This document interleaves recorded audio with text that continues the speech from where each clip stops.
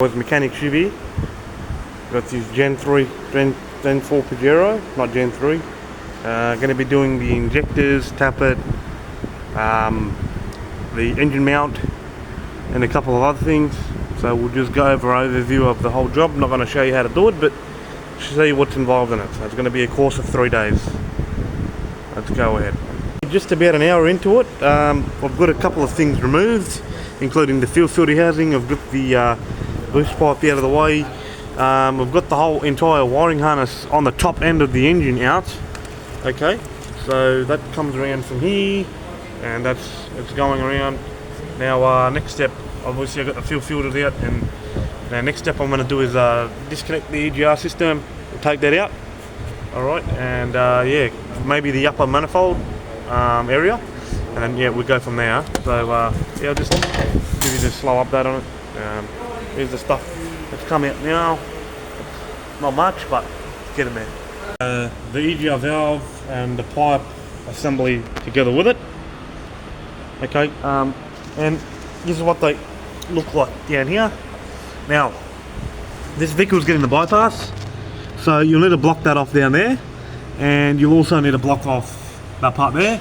And then you run a coolant line, so you run a new hose all the way from there, and you go and connect it up to here. Okay, and then you can go ahead and piss this thing off too.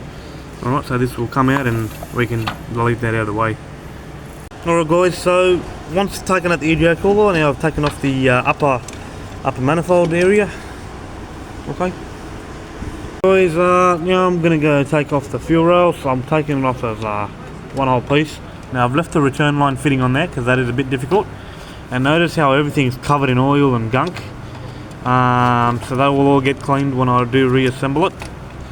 But yeah, you just gotta fish it out. You can take these lines off individually. I like to leave them together and just fish it out this way. And I will be changing these high pressure injection lines. So yeah, once I can get this out of the way. So I usually keep them as one whole piece. So yeah, it should look like that. And then it exposes us. We're getting deeper and deeper underneath, so we can get to the manifold bolts. But we've still got heaps of brackets to pull out underneath, just so we can get to them. Okay. So still a lot of work involved in getting this bad boy out. Alrighty. So I've undone the fuel rail, and now guys, the bolts for the manifold are pretty good because they give you a cutout, and as long as you follow the cutout you'll be right.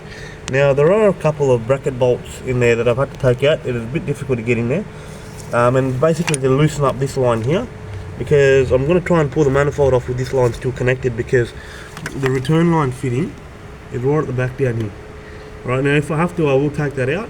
I'm going to try and leave that on there, just to make it a bit easier. But yeah, let's see how we go. But yeah, the bolt holes are pretty straightforward. You can get to them from underneath as well, some of them. But yeah, it is much easier than some of the ones I've done before. But yeah, I managed to leave that line in there. Just had to take 2 brackets off. And so how I've done it is, so I've got this bad boy here. Leave that aside for now, and so what I've done is I've left the return line in there. I'll be changing the crush washer on that, and I've gone ahead, come out this way, and all I've done is just lifted it up and taken it out. So when I put the manifold back in, I'll have to bolt this back up to there, so still sit on, and I can change our gasket out and give everything here a clean.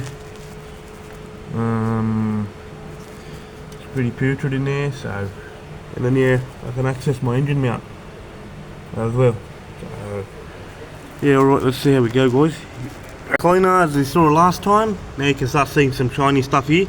It's all looking nice now. I'm still going to hit that with some sandpaper. Yes, the new gasket will go there, and now I'm going to go ahead with the engine mount. And before I do all the stuff up here, I want to get the engine mount all the way. Then I can do the tappets and the injectors at the front, because the engine mount still looks like it's going to be a bit of an issue. left hand engine mount, that is. Okay guys, so yeah, it's slowly coming together. And guys, when you do spray cleaner, make sure when you get it in there, make sure you get a rag and wipe all that out. Otherwise when you start the engine's going to run away. Now with the amount of cleaner I've put through this engine, another thing I'm going to do, when the engine is running, I will be putting my hand ready over the throttle body in case it does decide to run away, because for some reason there may be some cleaner stuck in there and it will just shoot off. So anytime you do induction cleans or like that, I like to keep just the wood ready and slowly rev it up while you just started it to make sure it's not going to catch the liquid and go away, because these things will run away, man, especially on carby cleaner or something like that. Alright guys, so it's looking way cleaner than before, and yeah, we'll go from there. So I'll seal this up and now I'm going to move over to the engine mount, but what I've ended up doing is sending the inlet manifold to get professionally cleaned. I did try to clean it and it wouldn't clean up properly, so and then obviously I want to avoid the risk of making the engine run away while the shit's in there with the carby cleaner and whatnot. So what I'm going to be up to now guys is the engine mount, and I'm using genuine engine mount. Try to use genuine because they'll last longer. Alright, so here we go.